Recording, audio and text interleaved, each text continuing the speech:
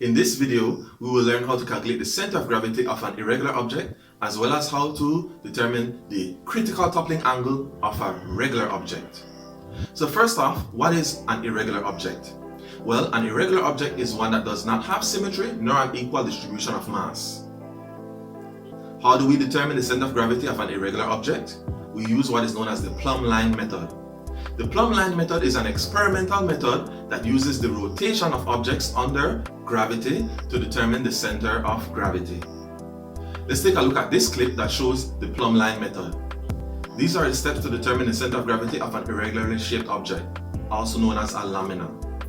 You let the lamina stop swinging, and then you very carefully hold the string and the lamina, and then you trace the plumb line by marking two dots on the lamina.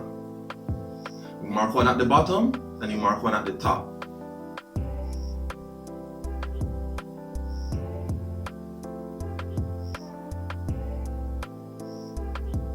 Next, you draw a cross on each dot.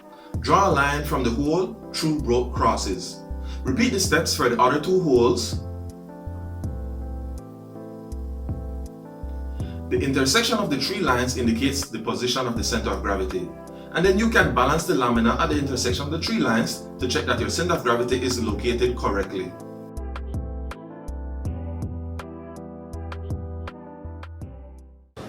By the way, the easiest way to find the balance point is to hold it in two spots and bring your fingers together. Notice how one finger doesn't move much, if at all, until you start getting close, then the other one starts moving. That's because of Newton's laws of motion. It'll always find the balance point if you do it that way. So it's quicker than kind of guessing. So there's the balance point. Ooh, wow. Now we move on to the critical toppling angle of an object. What is the critical angle? It is the angle where the center of gravity of an object will lie right over its pivot point. Let's take a look at this clip from Bill 9 to see exactly what I mean. This domino is standing up. But if we push it up here, it will fall over because its center of gravity gets past this corner. Now when that happens, the domino is moving in a circle.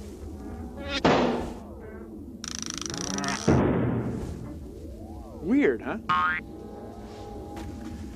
Everything, no matter what its size or shape, has a center of gravity, even this refrigerator. So watch. If I push here, right through the refrigerator's center of gravity, it slides along the floor without tipping. The forces are in balance.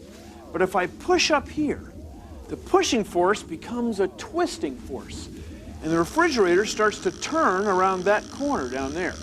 If I keep going, the weight of the refrigerator acting through the center of gravity takes over, and the refrigerator goes over. Now, let's look at some examples where we determine the critical angle of an object. In this example, we're going to be looking at a standing block which is 30 centimeters tall and 10 centimeters wide. We are to determine its critical toppling angle. So whenever you do a problem like this, it is always a good idea to draw a diagram. So here, it's a simple block that is 10 centimeters wide and 30 centimeters tall. It's on its narrow edge. Since it's on its narrow base, then it is expected that it will be easy to topple over. So we should expect that our angle will be small. It's a small angle, meaning it's easy to topple over. Right? An object will topple over as long as its center of gravity lies over its base. So what is the critical toppling angle? It's the angle such that it is right over its pivot point. So to determine that critical toppling angle, theta, we have our formula. The tangent of theta is equal to the horizontal distance to the center of gravity divided by the vertical distance to the center of gravity. So the horizontal distance to the center of gravity will not be 10 centimeters, but instead it will be 5 centimeters, which is 10 divided by 2, because we're assuming this standing block here is a regular object that is symmetrical in all directions and has an equal distribution of mass. So to the center of gravity from the pivot point here is only 5 centimeters. Same way, the vertical distance is not 30 centimeters, but instead is 15 because it is half the way up from the pivot point. This is 30 divided by 2. So when we substitute into our formula, we'll get that the tangent of theta is 5 centimeters divided by 15 centimeters. Centimeters will cancel, and we're left with 5 divided by 15, which is 1/3. So the angle theta will be the inverse tangent of 1/3, which will be 18 degrees. And that's a relatively small angle, as we should expect, as I said, because it is on its narrow base. Can you find what the angle will be if, let's say, it was on its wide base and you wanted to topple it into the narrow base position without doing this formula? A quick and easy calculation. Stop the video and think about it. In this example, we have a car that is 1.5 meters tall and 2 meters wide. Because of its heavy engine, its center of gravity is only 30% of the way off the ground and not the usual halfway mark. What is the critical toppling angle of the car? So as we can see here in our diagram, our car is 2 meters wide and 1.5 meters tall. But as the question says, it is weighed down because of its heavy engine. So the center of gravity is not at the 50% mark, not halfway. What is the critical toppling angle for this car to tip over? What is this angle here? So again, we state our formula. The tangent of theta is the horizontal distance divided by the vertical distance to the center of gravity. So what is our horizontal distance in this case? In this case, it is simply 2 meters divided by 2, which is 1 meters.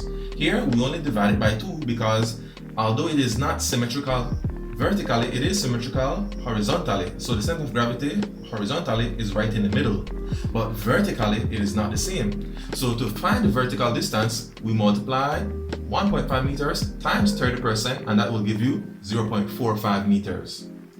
So the tangent of theta will be 1 meter divided by 0.45 meters, and again the meters cancel, and we have the tangent of theta is 2.22 to 2 decimal places.